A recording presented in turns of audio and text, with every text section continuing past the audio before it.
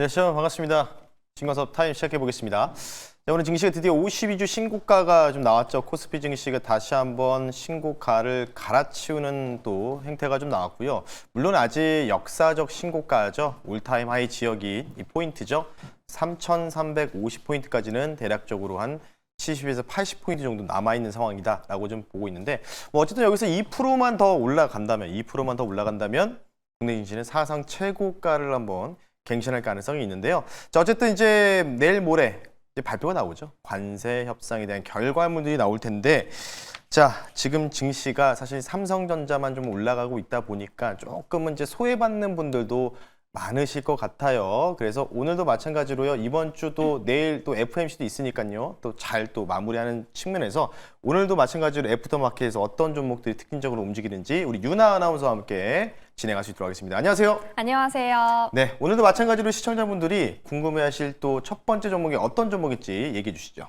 네, 오늘은 제가 하락하는 종목에 대한 궁금증을 좀 가지고 와봤는데요. 먼저 펩트론입니다. 네. 간밤에 노보노디스크가 실적 쇼크를 맞으면서 주가가 20%가량 급락을 했잖아요. 네, 맞아요. 이로 인해서 국내 비만 치료제 관련주도 전반적으로 약세 나타나고 있습니다. 네. 근데 저희 포트 안에도 비만 치료제 관련주가 있는데 네. 펩트론이랑 비만 치료제 관련주 전반적으로 어떻게 보실까요? 맞습니다. 사실은 뭐 어제 이틀 전이죠. 뭐 D&D 파마텍도 말씀드렸지만 오늘도 추가적으로 또 밀렸습니다. 뭐 아직 근데 단기 추세 라인 이탈하지만은 범인데요. 물론 이제 전반적으로 비만 치료제 관련주들, 특히 뭐 바이오들은요. 단기 추세는 아직 그 지지를 좀 해주고 있다고 좀 보면 될 것 같아요. 사실 이제 전일 노보노디스크가 좀 어닝 쇼크가 좀 나왔었고, 그리고 추가적으로 보게 된다면 CEO까지 이제 교체하겠다라는 의사를 좀 나왔는데 핵심은 이거예요. 생각보다 노보노디스크에서 만든 위고비, 오젬픽 같은 이런 의약품들이 잘 안 팔린다. 네. 그러니까 지금 우리가 국내에서는 뭐 이제 특히 이제 뭐 나이가 드신 분이라든지 실질적으로 이제 그런 이제 비만 관련된 질병을 갖고 계신 분들은 이제 어느 정도 보험 혜택까지 좀 주어지거든요. 이제 건강보험 혜택까지. 그럼 대략적으로 40만 원 중반 정도 선에서는 맞을 수가 있어요. 근데 이게 어찌 보면 다른 국가에서도 물론 이제 의료보험이 적용되는 국가도 있고 안 되는 국가도 있지만 통상 한 80에서 90만 원이거든요. 100만 원 가까이 되는 돈인데 이거를 사람들이 생각보다 많이 맞지 않는다는 겁니다. 비만 치료제를. 그러니까 이게 이제 어찌 보면은 이제 경구용 먹는 게 아니고 이제 찌르는 이제 주사이잖아요. 주사로 되어 있는 부분이다 보니까 생각보다 지금 매출이 급격하게 좀 악화가 됐다. 이런 부분들. 그리고 앞으로 이 진행될 가이던스도 약간은 좀 부정적이다라고 하면서 그러면서 이제 CEO까지 교체했단 말이에요. 그런 부분이 나오면서 어제 뭐 프리마켓에서 마이너스 20% 급락 나오는데 그거 대비해서는 뭐 펩트론은 조금은 3% 정도 빠지고 있죠. 근데 사실 이 종목이요. 위고비는 아니잖아요. 마운자로죠. 네. 한국 그 일라일릴리 이쪽과 이제 협업 관계를 구축하면서 어찌 보면 이제 찍어내는 공장을 이제 대신적으로 만들어주는 역할하는 게 펩트론인데 퍼블리싱 한다고 보면 되는 거죠. 근데 오늘 뭐 사실은 이런 종목들이 그냥 제가 볼 때는 전일 미국장에서 약간의 좀 이제 비만 치료제 관련된 의학 쪽에 좀 약세를 보이니까 전반적으로 좀 진행되고 있다. 근데 제가 계속해서 말씀드린 게 삼성전자만 지금 가는 장이고 삼성전자와 관련주들이 이제 소부장들이 이제 워낙 지금 거의 반토막이라든지 한 3분의 1 토막, 5분의 1 토막한 종목들이 막 15%, 20% 오늘 뭐 그 대덕전자라는 이런 종목도 올라왔거든요. 무거운 종목들이. 이 종목도 차트 길게 보면 엄청 떨어졌다가 거의 한 5분의 1 토막 났다가 이제 한 15% 올라가니까 야 이제 반도체 다시 또 시작하나 이렇게 생각할 텐데 지금 어떻죠? 진행 상황들이 어떤 종목이 올라가면 어떤 섹터는 다 떨어지는. 그러니까 다 같이 올라가는 장이 아니라는 거죠. 수급적 공백이 있다는 거겠죠. 자 그럼 펩트론 차트 보면서 말씀드릴게요.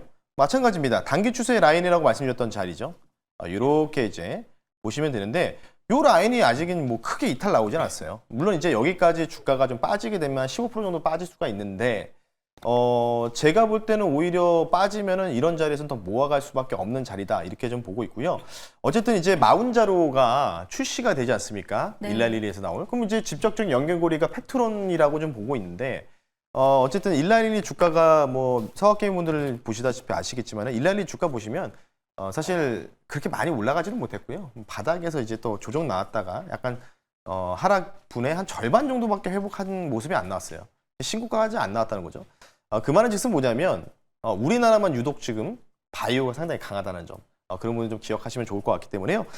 이 종목 같은 경우에는 만약에 밀릴 수도 있을 것 같아요. 이런 식으로 약간 좀 경직 분위기에 밀리다가 다시 한번 저는 고가 갱신할 가능성이 있다. 왜?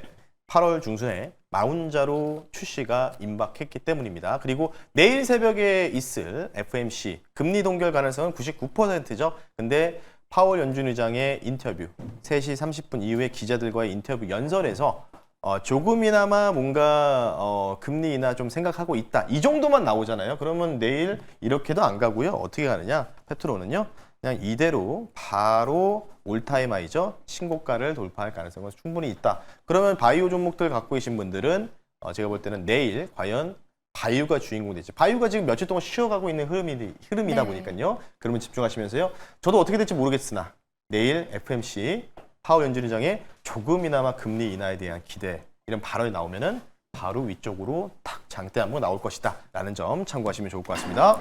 네, 내일 있을 FOMC 회의에서 금리 인하에 대한 이야기가 나오는지 유심하게 지켜보셔야 할 것 같습니다. 또 더불어서 8월에 출시되는 마운자로까지 모멘텀이 있으니까요. 앞으로 상승 여러 기대해봐도 좋겠다라고 정리해 주셨습니다. 또 다음으로 궁금한 종목은요. 또 하나솔루션입니다. 2분기 실적을 공개했는데 예상치엔 좀 못 미치는 아쉬운 성적이었어요. 네. 오늘 급락하고 있는데 하나솔루션도 함께 봐주시죠. 자, 하나솔루션 같은 경우에는 편입 종목이기도 하죠. 제가 또 편입을 했었던 종목이었고 수익 잘 나다가 쭉 빠졌습니다. 물론 아직 손절가를 터치하지 못했어요. 뭐 좀 낮은 가격에서 매수를 했기 때문에 손절가를 터치하지 않았다라고 좀 보고 있는데요. 뭐 흑자 전환했다, 뭐 실적 부분들. 근데 결국은 이제 중요 포인트가 뭐냐면 뭐 컨센 하이했다는 부분인데 제가 볼 때는 이제 컴콜에서 2시에 컴콜 오늘 오후 2시에 나왔거든요. 사실 실적 발표하고 컴센보다 하회에 나와가지고 한 마이너스 7, 8% 정도였었어요. 그 정도까지는 괜찮았다라고 좀 보고 있는데 중요 포인트가 뭐냐면 그 이후에 IR 담당자가 좀 쉽지 않다. 예. 하반기 좀 쉽지 않을 것 같다. 좀 많이 좀 기대하지 마라. 뭐 이런 식으로. 지금 왜 그러냐면 그 트럼프가 이제 통과시켰던 법안 이제 비비 법안. 예. 뭐 매우 아름다운 법안이다. 뭐 이렇게 이제 제칭하는데 여기에서 핵심이 뭐냐면 지금 트럼프 입장에서는 미국에서 지금 이제 시추를 많이 깔아놓은 상태에서 셰일가스를 다른 국가들에 빨리 팔아서 넘겨야 되는데 자꾸 신재생 에너지 뭐 만들고 그러면은 본인 이제 행정부 입장에서는 정책의 부분에서 반할 수밖에 없으니까 계속 지금 비비 법안이라든지 이런 부분을 통해서 신재생 에너지를 좀 억압하는 분위기거든요. 원전만 조금 살려주는 분위기고 뭐 그런 부분이 있다 보니까 생각보다 하반기는 조금 안 좋을 것 같아요. 라는 IR 담당자의 또 코멘트가 있다 보니까 추가적인 낙폭이 확대되면서 현재도 지금 뭐 회복을 못 하고 있죠. 회복을 못 해주고 있습니다. 마이너스 14% 정도의 하락세가 좀 나오고 있는데 그럼 어떻게 해야 될까요? 뭐 어찌 됐던 간에 트럼프 행정부와는 좀 별개로 미국의 에너지 기업들은 특히 데이터 센터를 좀 차리기 위해서 신재생 에너지에 대한 또 효율을 높이기 위해서 또 2030년까지 또 확대할 가능성에 대해서도 계획을 정해서 발표하고 있기 때문에 하나솔루션 뭐 중간에 이제 여기서부터 바닥에서 올라온 부분에 대해서 좀 차익 실현 물량이 나왔다는 점. 그래서 분봉 잠깐 보면서 말씀드리면요. 이게 떨어졌어요. 이렇게 푹 빠졌단 말이에요. 그럼 이 푹 빠졌던 이제 하락을 메꾸기 위해서는 시간이 좀 걸리겠죠. 네. 시간이 좀 걸릴 것으로 판단하고 있기 때문에요. 중간에 좀 반등이 분명히 나오거든요. 반등 나올 때 좀 비중 축소하셨다가 다시 한번 오늘의 저점을 좀 이탈할 때가 저는 오히려 매수의 적기가 되지 않을까 생각하기 때문에요. 중간에 리바운딩 좀 노려보시면서요. 한 3만 한 5천 원 정도겠죠. 3만 5천 원 정도까지 리바운딩이 나오게 되면은 대략적으로 3만 5천 원까지 리바운딩이 나오게 되면은 그쯤에서는 이 정도 자리일 것 같습니다. 절반 정도 되는 382배 자리죠.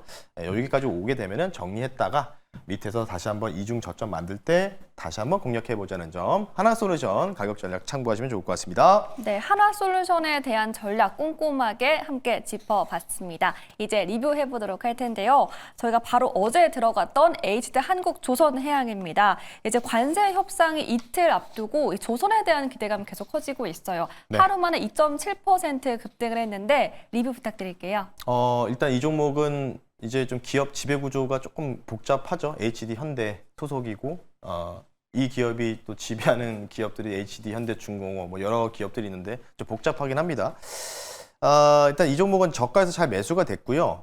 내일일 것 같아요. 내일 이제 특히 일단 HD 현대중공업이 실적 발표가 예상되어 있습니다. 오후 2시 거에 아마 오후장에 아마 발표 나올 텐데 오늘 사실은 이제 하나오션이 다시 한번 또 고가 갱신하는 모습이 좀 나왔었거든요. 다시 한번 10만 원 넘어가는 순간적인 상승세가 좀 나왔는데 이런 부분을 봤을 때는 지금 투자자들의 심리가 조선주에는 아직 안 끝났다는 심리가 좀 저는 남아 있다고 좀 보고 있습니다. 네. 그렇기 때문에 일단은 HD 한국조선해양은 제가 판단했을 때는요 기존대로 가격전을 유지를 하면서요 내일 HD 현대중공업의 실적 발표.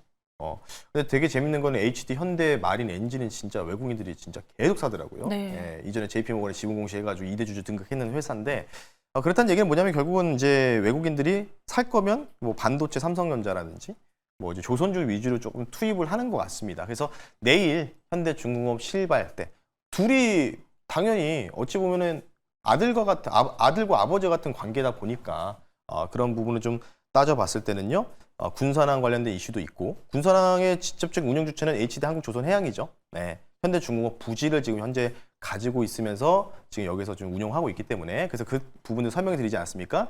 그래서 내일 HD 현대중공업 발표로 손절가를 터치할지 아니면 쭉 가면서 올타임 하이가 나올지 제가 볼 때는 내일 무난하게 나올 것 같다라는 점. 그래서 내일은 제가 볼 때는 파월만 약간 좀 뒤통수만 때리시면 않는다면은 매크로적인 큰 악재만 없다면은 웬만하면 올라가지 않을까 싶기 때문에요. 내일 HD 현대중공업 오후 2시 정도일 거라고 알고 있습니다. 실발 한번 확인해 보시면서 가격 전략 그대로 유지한다라고 말씀드릴 테니까요. 참고하시면 좋을 것 같습니다. 네, 내일 있을 이벤트 예의주시해보면서 기존의 가격 전략 그대로 홀딩 해보도록 하겠습니다. 이제 저희 추천주 만나볼 시간인데요. 오늘은 어떤 종목으로 공략해볼까요? 오늘은 지도를 하나 가지고 나왔습니다. 오, 지도요? 여기가 어디냐면요. 군산항입니다. 군산 가보셨나요? 가본 적은 없습니다. 한번 꼭 가보셨으면 좋겠습니다. 가고 나서 얘기해 주세요. 저도 한 번도 가보지 못했기 때문에. 네, 제가 먼저 다녀와 보도록 하겠습니다. 후기를 좀 알려주세요. 오늘 종목은 바로 공개를 하겠습니다. 오늘 종목은요. 바로 여기 딱 써있죠. 가까이 당겨서 볼게요.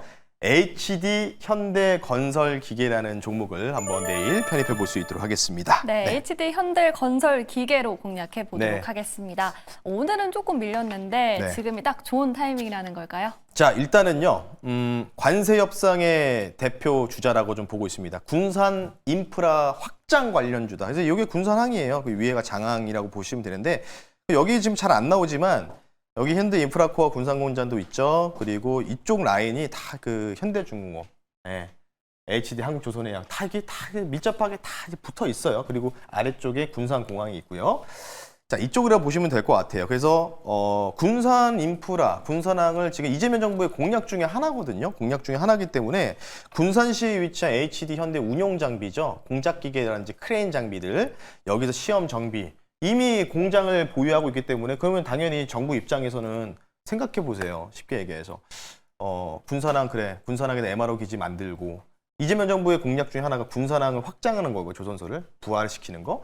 그러면 당연히 이 근처에 있는 회사한테 맡길 가능성이 높잖아요. 그러면 그 바로 조선소 바로 옆에 있는 현대인프라코어 또는 현대건설기계 담당할 가능성이 높겠죠. 뭐 조선소 들어오면은 뭐 기존에서 좀 더 확충을 하는 거잖아요. 확장을 시켜야 되는 거잖아요. 그런 부분들을 좀 참고하시면 좋을 것 같고요. 가격 전략 빠르게 넘어갈 수 있도록 하겠습니다. HD 현대건설기계는요 이미 실발 이후에 이렇게 좀 이틀 연속에 상승이 좀 나왔고요. 거래량이 좀 소멸이 좀 되고 있습니다. 거래량 소멸되면서 기간 조정 형태로 좀 가고 있어요. 기간 조정 형태로 가고 있다는 것은 뭐냐면 이때 들어왔던 돈이 아직은 엑시트 나가지 않았다.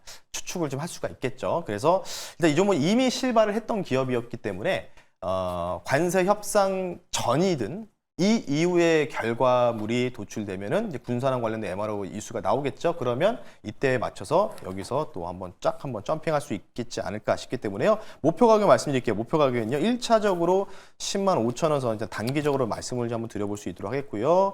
2차 목표 가격을요. 좀 높게 잡아서요. 12만 원의 아래쪽이죠. 11만 9천 원 선 말씀을 드리겠고요. 손절가는 타이트하게 8만 9천 원 선, 5일 이동평균선 자리죠. 89,000원에서 말씀드릴 테니까요. HD 현대건설기계 가격 전략 참고하시면 좋을 것 같습니다. 네, HD 현대건설기계 지도로 보는 종목 설명 자세하게 해주셨습니다. 가격 전략 꼼꼼하게 세워주셨는데요. 1차 목표가는 10만 500원, 2차 목표가는 11만 9천 원, 손절가는 8만 9천 원 제시해 주셨습니다. 이렇게 오늘의 종목까지 모두 다 만나봤는데요. 방송 마치고 어디로 가면 될까요? 관세가 이제 25%에서 15% 거의 확정적인데 네. 재계 총수분들이 다 넘어간 상황이거든요.